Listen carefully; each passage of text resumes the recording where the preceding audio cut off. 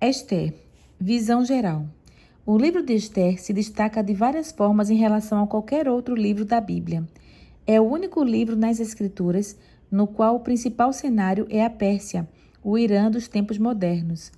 É um dos dois livros nas Escrituras que tem o nome de uma mulher e um dos dois nos quais Deus não é explicitamente mencionado. Isso pode explicar por que ele foi o último a ser aceito no cânon bíblico e é o único livro das Escrituras hebraicas não encontrado nos rolos do Mar Morto. Aparentemente, a história de Esther pode parecer uma escolha estranha para ser incluída nas Escrituras. O livro conta a história de uma jovem mulher que, quando forçada a entrar em um harém, atrai a atenção do rei. Há muito mais nessa história do que uma leitura superficial pode sugerir. O livro de Esther é uma obra literária brilhante, cuidadosamente construída ao redor de um total de 10 festas. Esther faz vários paralelos com José e o Êxodo.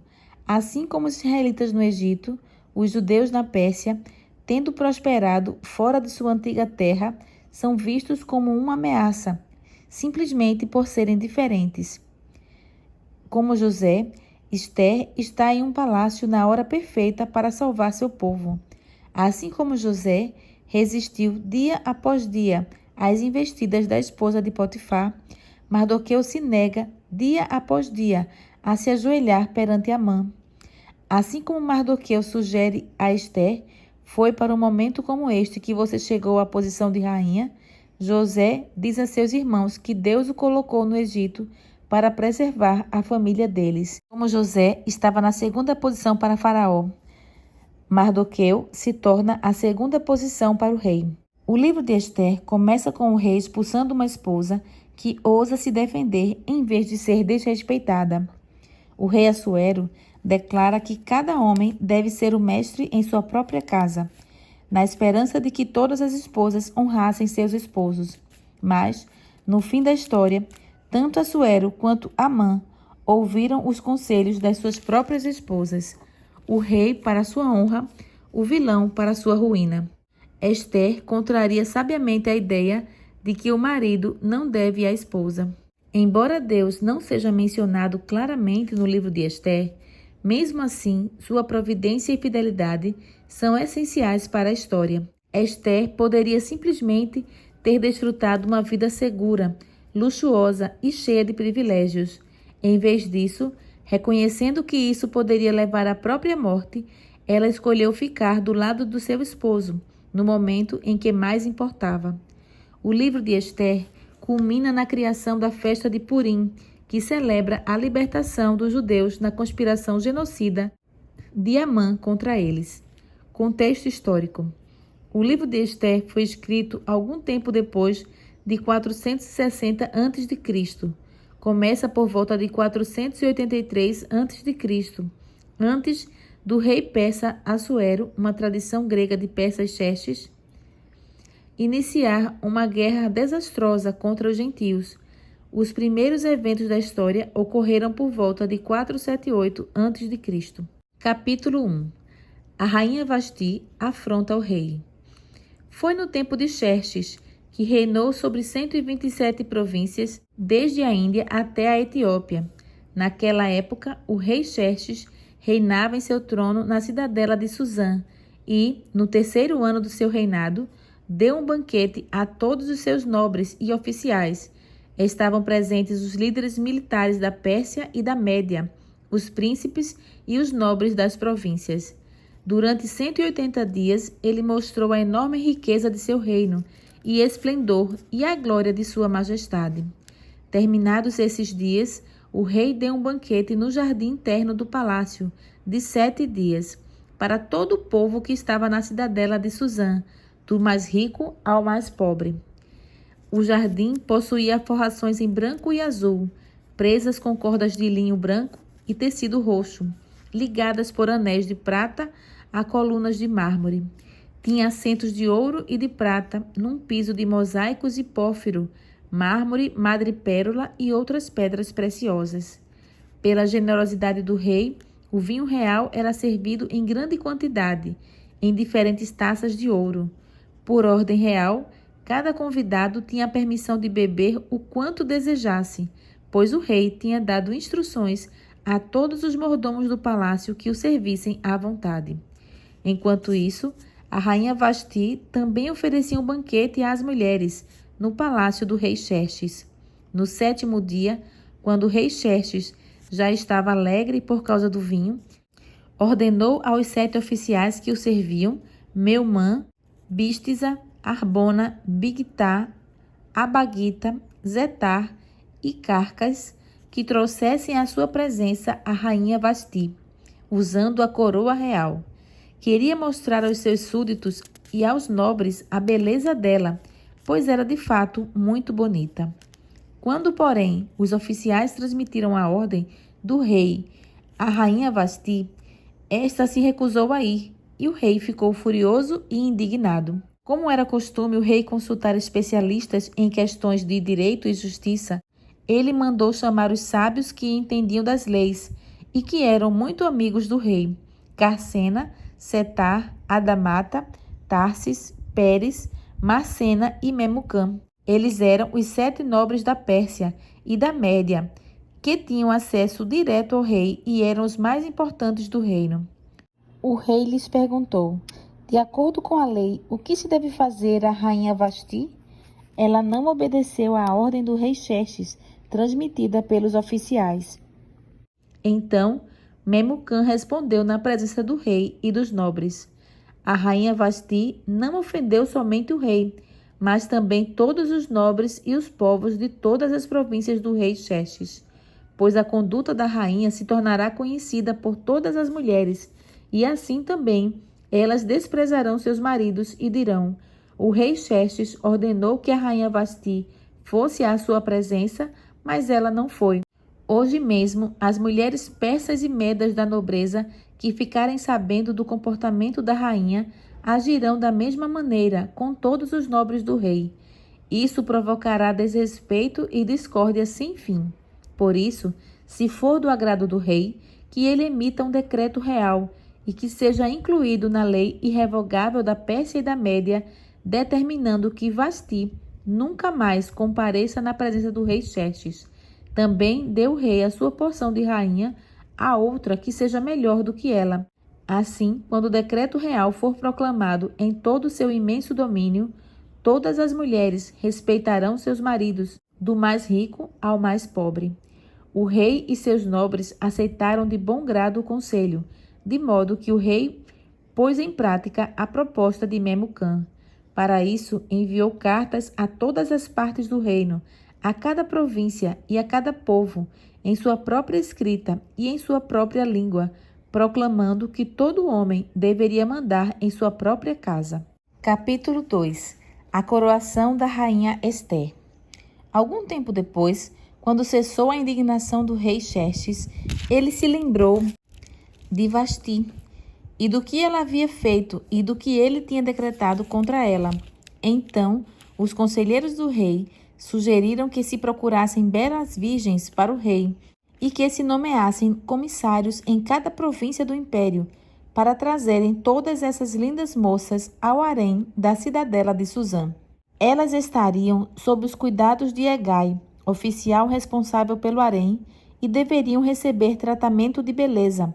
A moça que mais agradasse o rei seria rainha em lugar de Vasti. Esse conselho agradou o rei, e ele o pôs em execução. Nesse tempo, vivia na cidadela de Suzã um judeu chamado Mardoqueu, da tribo de Benjamim, filho de Jair, neto de Simei, e bisneto de Quis. Ele foi levado de Jerusalém para o exílio por Nabucodonosor, rei da Babilônia, entre os que foram levados prisioneiros com Joaquim, rei de Judá. Mardoqueu tinha uma prima chamada Hadassa, que havia sido criada por ele, por não ter pai nem mãe. Essa moça, também conhecida como Ester, era atraente e muito bonita, e Mardoqueu a havia tomado como filha quando o pai e a mãe dela morreram.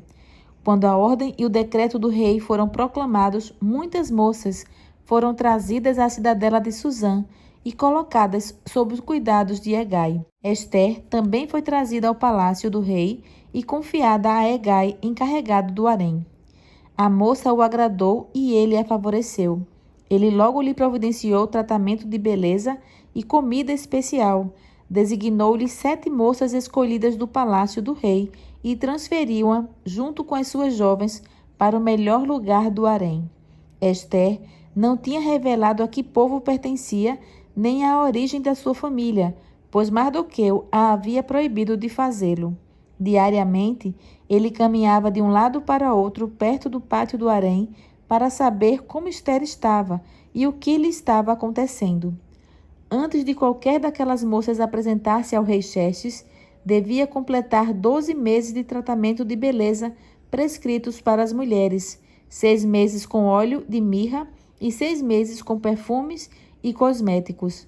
Quando ia apresentar-se ao rei, a moça recebia tudo o que quisesse levar consigo do harém para o palácio do rei.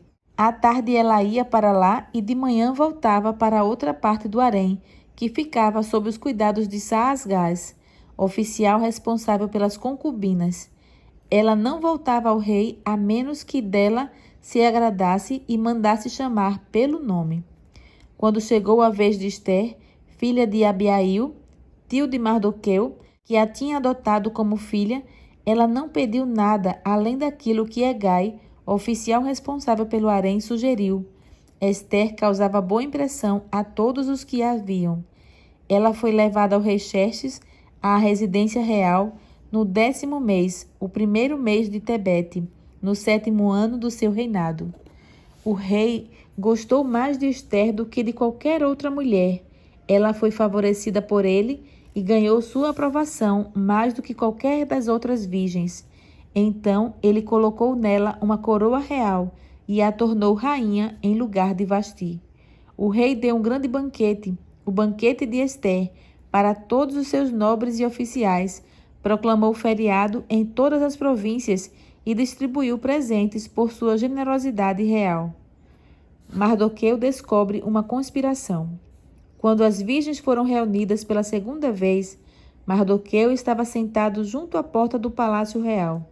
Ester havia mantido segredo sobre seu povo e sobre a origem de sua família, conforme a ordem de Mardoqueu, pois continuava a seguir as instruções dele como fazia quando ainda estava sob sua tutela. Um dia, quando Mardoqueu estava sentado junto à porta do palácio real, Bigtã e Teres, 2 dos oficiais do rei que guardavam a entrada, estavam indignados e conspiravam para assassinar o rei Xerxes. Mardoqueu, porém, descobriu o plano e o contou à rainha Ester, que, por sua vez, passou a informação ao rei, em nome de Mardoqueu. Depois de investigada a informação e descobrindo-se que era verdadeira, os 2 oficiais foram enforcados. Tudo isso foi escrito nos registros históricos, na presença do rei. Capítulo 3. O plano de Amã para exterminar os judeus. Depois desses acontecimentos, o rei Xerxes honrou Amã, filho de Amedata, descendente de Agag, promovendo e dando-lhe uma posição mais elevada do que de todos os demais nobres. Todos os oficiais do palácio real curvavam-se e prostravam-se diante de Amã, conforme as ordens do rei. Mardoqueu, porém, não se curvava, nem se prostrava diante dele. Então os oficiais do palácio real perguntaram a Mardoqueu: por que você desobedece à ordem do rei? Dia após dia eles lhe falavam, mas ele não lhes dava atenção e dizia que era judeu. Então contaram tudo a Amã para ver se o comportamento de Mardoqueu seria tolerado. Quando Amã viu que Mardoqueu não se curvava nem se prostrava, ficou muito irado. Contudo, sabendo quem era o povo de Mardoqueu, achou que não bastava matá-lo.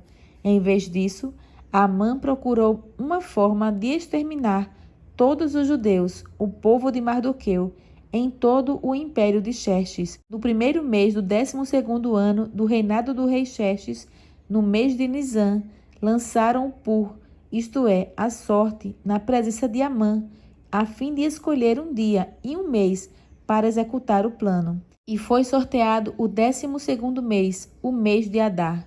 Então Amã disse ao rei Xerxes: existe certo povo disperso e espalhado entre os povos de todas as províncias do teu império, cujos costumes são diferentes dos de todos os outros povos e que não obedecem às leis do rei.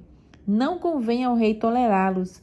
Se for do agrado do rei, que se decrete a destruição deles, e eu colocarei 350 toneladas de prata na tesouraria real à disposição para que se execute esse trabalho. Em vista disso, o rei tirou seu anel-selo do dedo, deu-o a Amã, o inimigo dos judeus, filho de Amedata, descendente de Agag, e lhe disse: fique com a prata e faça com o povo o que você achar melhor. Assim, no 13º dia do primeiro mês, os secretários do rei foram convocados. Amã ordenou que escrevessem cartas na língua e na escrita de cada povo dos sátrapas do rei, aos governadores das várias províncias e aos chefes de cada povo. Tudo foi escrito em nome do rei Xerxes e selado com o seu anel. As cartas foram enviadas por mensageiros a todas as províncias do império, com a ordem de exterminar e aniquilar completamente todos os judeus, jovens e idosos, mulheres e crianças, num único dia, o 13º dia do 12º mês, o mês de Adar, e de saquear os seus bens. Uma cópia do decreto deveria ser publicada como lei em cada província e levada ao conhecimento do povo de cada nação, a fim de que estivessem prontos para aquele dia. Por ordem do rei, os mensageiros saíram às pressas e o decreto foi publicado na cidade de Suzã. O rei e Amã assentaram-se para beber, mas a cidade de Suzã estava em confusão. Capítulo 4. O pedido de Mardoqueu a Ester. Quando Mardoqueu soube de tudo o que tinha acontecido, rasgou as vestes, vestiu-se de pano de saco, cobriu-se de cinza e saiu pela cidade, chorando amargamente em alta voz. Foi até a porta do palácio real, mas não entrou, porque ninguém vestido de pano de saco tinha permissão de entrar. Em cada província onde chegou o decreto com a ordem do rei, houve grande pranto entre os judeus, com jejum, choro e lamento. Muitos se deitavam em pano de saco e em cinza. Quando as criadas de Ester e os oficiais responsáveis pelo harém lhe contaram o que se passava com Mardoqueu, ela ficou muito aflita e mandou-lhe roupas para que as vestisse e tirasse o pano de saco, mas ele não quis aceitá-las. Então Ester convocou Atá, um dos oficiais do rei, nomeado para ajudá-la, e deu-lhe ordens para descobrir o que estava perturbando Mardoqueu e por que ele estava agindo assim. Atá foi falar com Mardoqueu na praça da cidade, em frente da porta do palácio real. Mardoqueu contou-lhe tudo o que tinha acontecido e quanta prata Amã tinha prometido depositar na tesouraria real para a destruição dos judeus. Deu-lhe também uma cópia do decreto que falava do extermínio e que tinha sido anunciado em Suzã, para que ele o mostrasse a Ester e insistisse com ela para que fosse à presença do rei implorar misericórdia e interceder em favor do seu povo. Atá retornou e relatou a Ester tudo o que Mardoqueu lhe tinha dito. Então ela o instruiu que dissesse o seguinte a Mardoqueu: todos os oficiais do rei e o povo das províncias do império sabem que existe somente uma lei para qualquer homem ou mulher que se aproxime do rei no pátio interno sem por ele ser chamado. Será morto, a não ser que o rei estenda o cetro de ouro para a pessoa e lhe poupe a vida. E eu não sou chamada à presença do rei há mais de 30 dias. Quando Mardoqueu recebeu a resposta de Ester, mandou dizer-lhe: não pense que pelo fato de estar no palácio do rei, você será a única entre os judeus que escapará. Pois se você ficar calada nesta hora, socorro e livramento surgirão de outra parte para os judeus, mas você e a família do seu pai morrerão. Quem sabe se não foi para um momento como este que você chegou à posição de rainha? Então Ester mandou esta resposta a Mardoqueu: vá reunir todos os judeus que estão em Suzã e jejuem em meu favor. Não comam nem bebam durante 3 dias e 3 noites. Eu e minhas criadas jejuaremos como vocês, Depois disso, irei ao rei, ainda que seja contra a lei. Se eu tiver que morrer, morrerei. Mardoqueu retirou-se e cumpriu todas as instruções de Ester. Capítulo 5. O pedido de Ester ao rei. 3 dias depois, Ester vestiu seus trajes de rainha e colocou-se no pátio interno do palácio, em frente do salão do rei.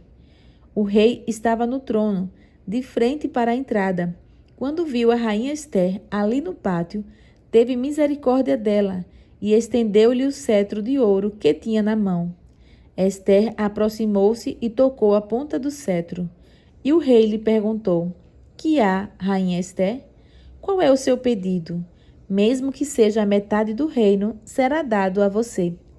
Respondeu Ester: Se for do agrado do rei, venha com Amã a um banquete que lhe preparei. Disse o rei: Tragam Amã imediatamente, para que ele atenda o pedido de Ester. Então o rei e Amã foram ao banquete que Ester havia preparado. Enquanto bebiam vinho, o rei tornou a perguntar a Ester: Qual é o seu pedido? Você será atendida. Qual o seu desejo? Mesmo que seja a metade do reino, será concedido a você.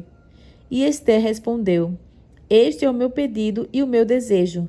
Se o rei tem consideração por mim, e se lhe agrada atender e conceder o meu pedido, que o rei e Amã venham amanhã ao banquete que lhes preparei. Então responderei à pergunta do rei. A ira de Amã contra Mardoqueu. Naquele dia, Amã saiu alegre e contente, mas ficou furioso quando viu que Mardoqueu, que estava junto à porta do palácio real, não se levantou nem mostrou respeito em sua presença. Amã, porém, controlou-se e foi para casa. Reunindo seus amigos e Zeres, sua mulher, Amã vangloriou-se de sua grande riqueza e de seus muitos filhos, e de como o rei a havia honrado e promovido acima de todos os outros nobres e oficiais, e acrescentou Amã: Além disso, sou o único que a rainha Ester convidou para acompanhar o rei ao banquete que ela lhe ofereceu. Ela me convidou para comparecer amanhã com o rei, mas tudo isso não me dará satisfação enquanto eu vir aquele judeu Mardoqueu sentado junto à porta do palácio real. Então Zeres, sua mulher, e todos os seus amigos lhe sugeriram: Mande fazer uma forca de mais de 20 metros de altura, e logo pela manhã peça ao rei que Mardoqueu seja enforcado nela. Assim você poderá acompanhar o rei ao jantar e alegrar-se. A sugestão agradou a Amã e ele mandou fazer a forca. Capítulo 6. Amã é obrigado a honrar Mardoqueu. Naquela noite, o rei não conseguiu dormir. Por isso, ordenou que trouxessem o livro das crônicas do seu reinado e que o levassem para ele. E foi lido o registro de que Mardoqueu tinha denunciado Bigtã e Teres, 2 dos oficiais do rei que guardavam a entrada do palácio e que haviam conspirado para assassinar o rei Xerxes. Que honras e reconhecimento Mardoqueu recebeu por isso? Perguntou o rei. Seus oficiais responderam: Nada lhe foi feito. O rei perguntou: Quem está no pátio? Ora, Amã havia acabado de entrar no pátio externo do palácio para pedir ao rei o enforcamento de Mardoqueu, na forca que lhe havia preparado. Os oficiais responderam: É Amã que está no pátio. Façam-no entrar, ordenou o rei. Entrando Amã, o rei lhe perguntou: O que se deve fazer ao homem que o rei tem o prazer de honrar? E Amã pensou consigo: A quem o rei teria prazer de honrar, senão a mim? Por isso respondeu ao rei: Ao homem que o rei tem prazer de honrar, ordena que tragam um manto do próprio rei e um cavalo que o rei montou, e que ele leve o brasão do rei na cabeça. Em seguida, sejam o manto e o cavalo confiados a alguns dos príncipes mais nobres do rei, e ponham eles o manto sobre o homem que o rei deseja honrar, e o conduzam sobre o cavalo pelas ruas da cidade, proclamando diante dele: Isto é o que se faz ao homem que o rei tem o prazer de honrar.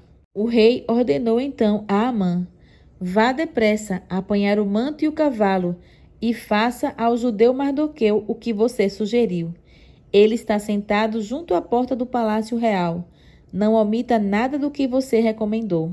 Então, Amã apanhou o cavalo, vestiu Mardoqueu com o manto e o conduziu sobre o cavalo pelas ruas da cidade, proclamando à frente dele: Isto é o que se faz ao homem que o rei tem o prazer de honrar. Depois disso, Mardoqueu voltou para a porta do palácio real.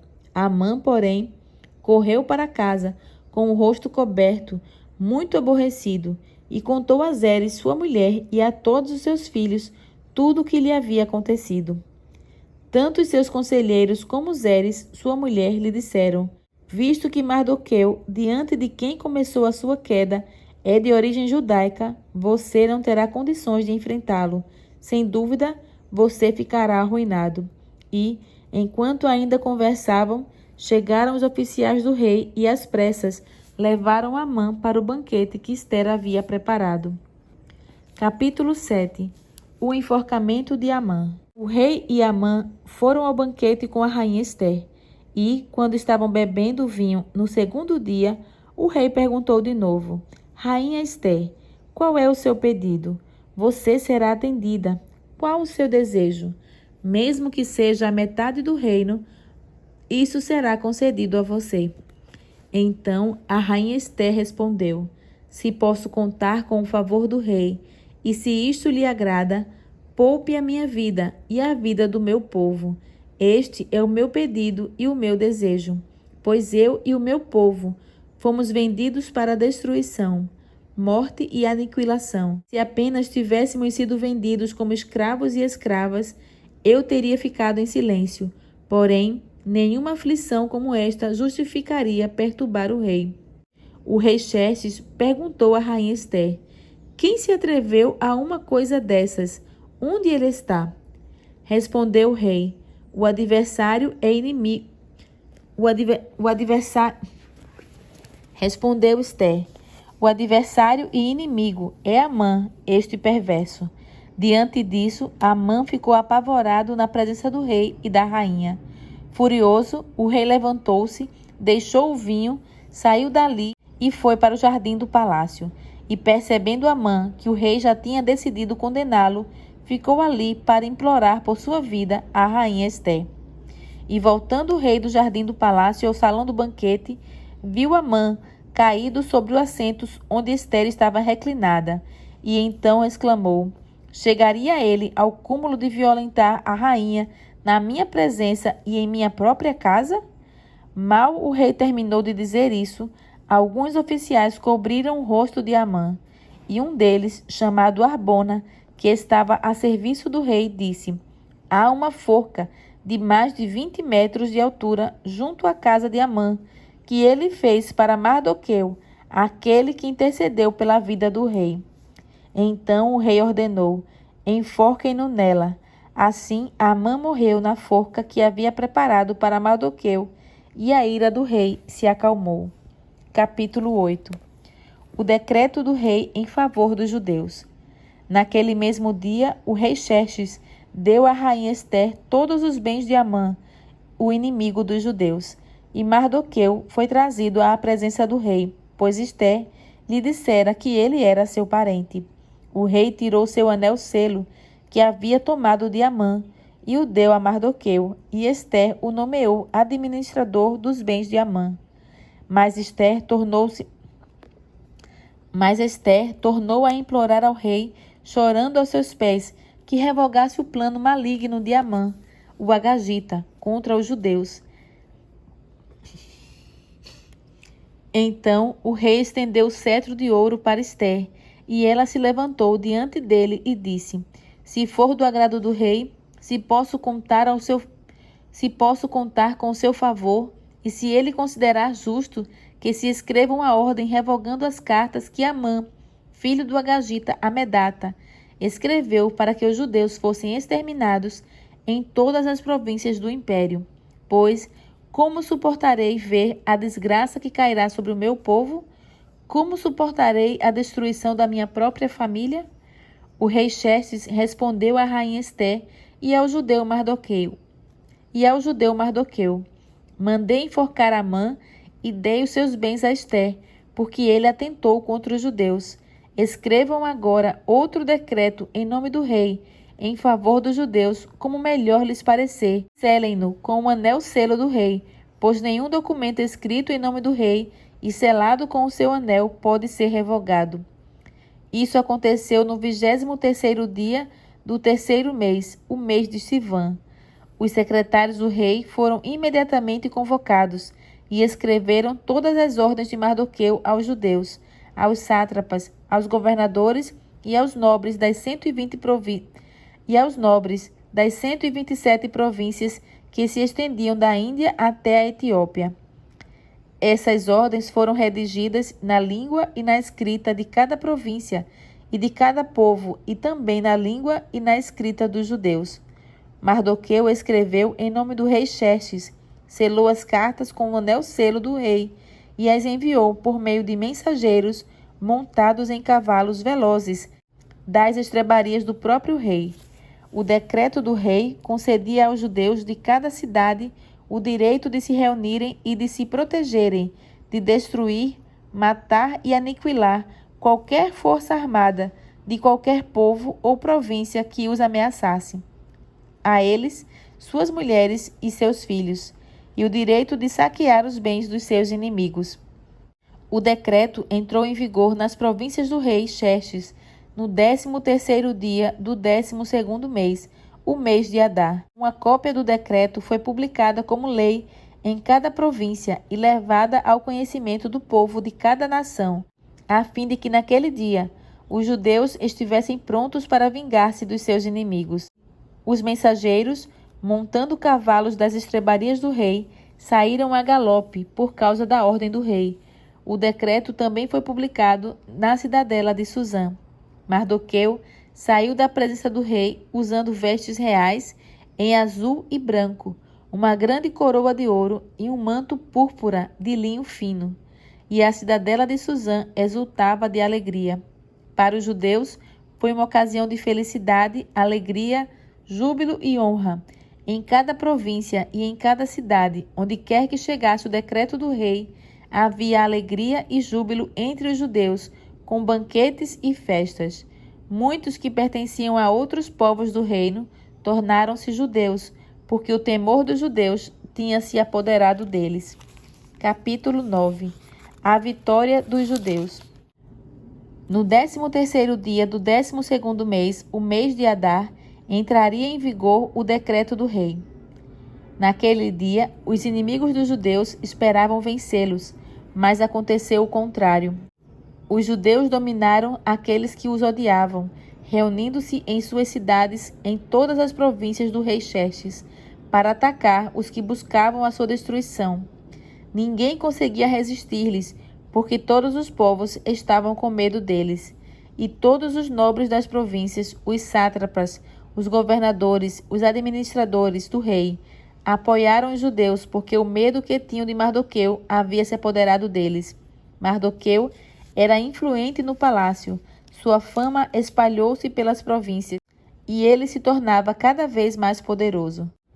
Os judeus feriram todos os seus inimigos à espada, matando-os e destruindo-os, e fizeram o que quiseram com eles.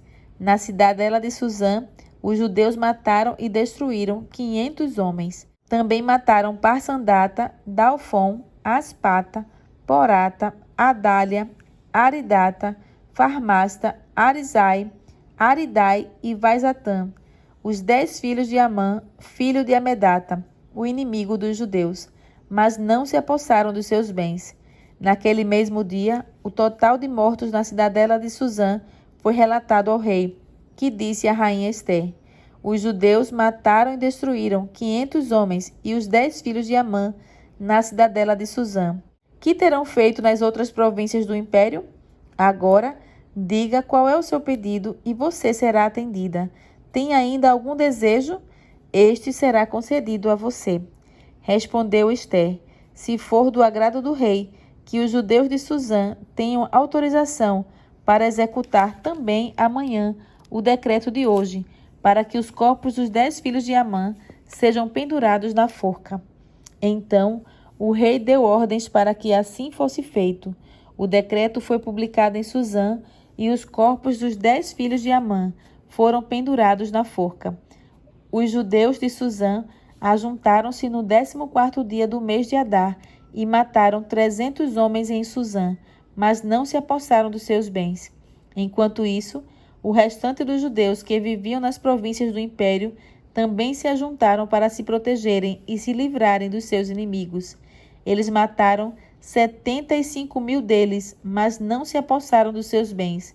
Isso aconteceu no 13º dia do mês de Adar, e no 14º dia descansaram, e fizeram dessa data um dia de festa e de alegria. A comemoração do Purim. Os judeus de Susã, porém, tinham se reunido no 13º e no 14º dias, e no 15º descansaram, e dele fizeram um dia de festa e de alegria. Por isso, os judeus que vivem em vilas e povoados comemoram o 14º dia do mês de Adar como um dia de festa e de alegria, um dia de troca de presentes. Mardoqueu registrou esses acontecimentos e enviou cartas a todos os judeus de todas as províncias do rei Xerxes, próximas e distantes, determinando que anualmente se comemorassem o 14º e 15º dias do mês de Adar, pois nesses dias os judeus livraram-se dos seus inimigos. Nesse mês a sua tristeza se tornou em alegria e o seu pranto num dia de festa.